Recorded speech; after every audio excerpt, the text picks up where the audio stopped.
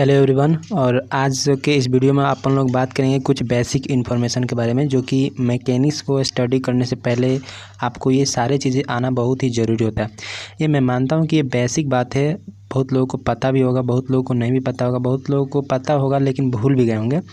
तो ये मुझे लगा कि बेसिक बात आप लोग को बताना चाहिए, सो दैट कि जब आप आगे जब मैकेनिक्स को जब मैं स्टार्ट करूँ तो वहाँ पे छोटी छोटी बात को आप लोग कैच कर पाएँ। ठीक है, छोटी छोटी बात में प्रॉब्लम नहीं है। तो ये बहुत ही बेसिक बात है, बहुत ही जीरो लेवल की वीडियो है ये, बट आप लोगों को ये हमेशा काम आएगा। ठीक है, तो चलिए हम लोग बात सबसे पहले हम लोगों ने यहाँ पे लिख रखा है कि बेसिक इन्फॉर्मेशन जो है मैकेनिक्स के बारे में है। और देखिए, कोई भी आपके पास क्वांटिटी तो आपको पता ही होगा, क्वांटिटी बहुत सारे होते हैं, जैसे कि डिस्प्लेसमेंट हो गए, वेलोसिटी हो गए, काइनेटिक्स एनर्जी हो गए, इस तरह से बहुत सारे क्वांटिटी होते हैं। ठीक है, और मेनली जो मोशन को डिवाइड किया गया है वो मेनली मोशन को दो पार्ट में डिवाइड किया गया है। फर्स्ट पार्ट होता है आपका रेक्टिलिनियर मोशन, सेकेंड पार्ट जो होता है वो कर्विलिनियर मोशन होता है। ठीक है, तो रेक्टिलिनियर मोशन एक स्टैंडर्ड नेम है, बट हम लोग यदि कॉमनली अपने भाषा में समझने की इसे कोशिश करें तो लीनियर मोशन इसको बोल सकते हैं हम लोग, और कर्विलिनियर मोशन को सर्कुलर मोशन भी बोल सकते हैं। तो जो मैंने यहाँ पे फर्स्ट में लिख रखा है वो डिस्प्लेसमेंट लिया है। तो डिस्प्लेसमेंट आपको पता होगा क्या होता है, किसी भी दो पॉइंट के बीच का शॉर्टेस्ट डिस्टेंस जो होता है वही होता है आपका डिस्प्लेसमेंट। ठीक है, और डिस्प्लेसमेंट को जो डिनोट किया जाता है वो एस से डिनोट किया जाता है। यहाँ पे मैं जो भी कुछ लिख रखा हूँ ये डिनोशन को लिख रहा हूँ। ठीक है, जिससे इसको रिप्रेजेंट किया जाता है, किसी क्वांटिटी को जिस एक अल्फ़ाबेटिकली नंबर से डिनोट किया जाता है वही मैंने लिख रखा है। तो डिस्प्लेसमेंट को जनरली एस से डिनोट किया जाता है, कभी कभी इसे एक्स से भी डिनोट किया जाता है, और इसका जो यूनिट होता है वो मीटर में होता है। ठीक है, कब? जब रेक्टिलिनियर मोशन में होगा तब। ठीक है, और एक बात और आपको बता दूं कि रेक्टिलिनियर मोशन या कर्विलिनियर मोशन जब आप काइनेमेटिक्स पढ़िएगा तो वहाँ पे आपको ये चीज़ जो है, दोनों चीज़ ये बहुत ही अच्छा तरीक़ा से आपको वहाँ पे पढ़ना होगा। बट मैं यहाँ पे उतना डीपली में नहीं जा रहा हूँ कि रेक्टिलिनियर मोशन और कर्विलिनियर मोशन क्या है, इसके बारे में मैं यहाँ पे कुछ नहीं बता रहा हूँ। तो डिस्प्लेसमेंट की जब हम लोग बात करेंगे तो डिस्प्लेसमेंट को एस से डिनोट करेंगे, और ये इसका जो यूनिट होता है वो मीटर में होता है। और यदि सर्कुलर मोशन में इसी को देखें तो इसको थीटा से डिनोट करेंगे, और इसका जो रेडियन जो होगा इसका यूनिट हो जाएगा। ठीक है, सेकंड में जो हम लोग पास है वो सेकंड में हम लोग पास है वेलोसिटी। तो वेलोसिटी आपको पता होना चाहिए कि वेलोसिटी है क्या। तो वेलोसिटी क्या है? रेट चेंज ऑफ डिस्प्लेसमेंट, मतलब कि जो डिस्प्लेसमेंट में चेंजेज आएंगे जिस रेट के थ्रू, उसी को हम लोग बोलेंगे वेलोसिटी। और वेलोसिटी आपको पता होना चाहिए कि दो पार्ट में डिवाइड होता है, एक इनिशियल वेलोसिटी और एक फाइनल वेलोसिटी। इनिशियल वेलोसिटी होता है जिसको हम लोग यू से डिनोट करते हैं, फाइनल वेलोसिटी को भी से डिनोट करते हैं, यानी कि जो रेट चेंज ऑफ जो डिस्प्लेसमेंट आता है उसी को हम लोग वेलोसिटी के नाम दे रखे हैं, उसी को मैंने एक। तो अब यदि इसी को सर्कुलर मोशन में देखें यानी कि कर्विलिनियर मोशन में देखें तो इसको जो इनिशियल वेलोसिटी होता है उसको हम लोग ओमेगा नॉट से डिनोट करते हैं, और ओमेगा से फाइनल वेलोसिटी को डिनोट करते हैं इन कर्विलिनियर मोशन। ठीक है, इसका जो यूनिट हो जाएगा वो हो जाएगा रेडियन पर सेकेंड। ठीक है, उसी तरह जो थर्ड यूनिट है हम लोग के पास वो, तो जब उसी तरीक़े से हम लोग बात करें एसिलरेशन की, तो एसिलरेशन देखिए, एसिलरेशन क्या होता है? एसिलरेशन जो होता है कि रेट चेंज ऑफ वेलोसिटी होता है। ठीक है, यानी कि वेलोसिटी में जिस रेट से चेंजेस आएंगे उसी को हम लोग एसिलरेशन बोलेंगे। और एसिलरेशन को जो डिनोट किया जाता है वो ए से डिनोट किया जाता है, और जो एसिलरेशन का जो यूनिट होता है वो मीटर पर सेकंड स्क्वायर होता है।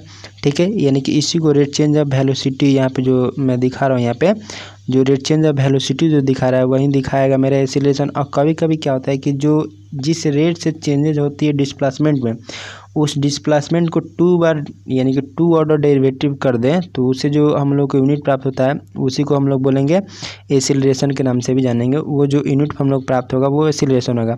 जब उसी तरीक़े से हम लोग जब बात करेंगे एसिलरेशन की कर्विलिनियर मोशन में तो उसको एंगुलर वेलोसिटी के नाम से, एंगुलर एसिलरेशन के नाम से जानते हैं, जिसको अल्फ़ा से यहाँ पे डिनोट करेंगे, और इसका जो यूनिट हो जाएगा वो रेडियन पर सेकंड हो जाएगा। ठीक है, देखते हैं हम लोग आगे जो हम लोगों ने पास क्वांटिटी है वो है आपके पास काइनेटिक एनर्जी। ठीक है, काइनेटिक एनर्जी बेसिकली होता क्या है?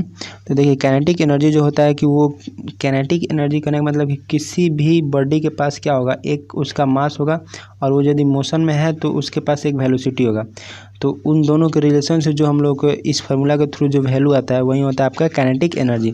तो काइनेटिक एनर्जी का जो फार्मूला होता है 1/mv² होता है, और इसका जो यूनिट होता है वो न्यूटन मीटर होता है, जिसको हम लोग जूल भी बोलते हैं। ठीक है, और इसी को जब हम लोग कर्विलिनियर मोशन में देखते हैं तो 1/i ओमेगा स्क्वायर होता है, और इसमें जो यूनिट होता है इसमें भी आपका जूल ही होता है। ठीक है, तो आप एक चीज़ यहाँ पे गौर कर रहे होंगे कि जिस जगह पे यहाँ पे एम आया था उस जगह पे यहाँ पे आई आ रहा है। ठीक है, यानी कि जो हम लोग जब भी बात करेंगे तो अगर लीनियर मोशन की बात कर रहे हैं तो जहाँ पे हमको एम दिखेगा वहीं यदि हम लोग कर्वलीनियर मोशन में बात करें तो वहीं एम की जगह हम लोग आई को इंट्रोड्यूस कर देते हैं।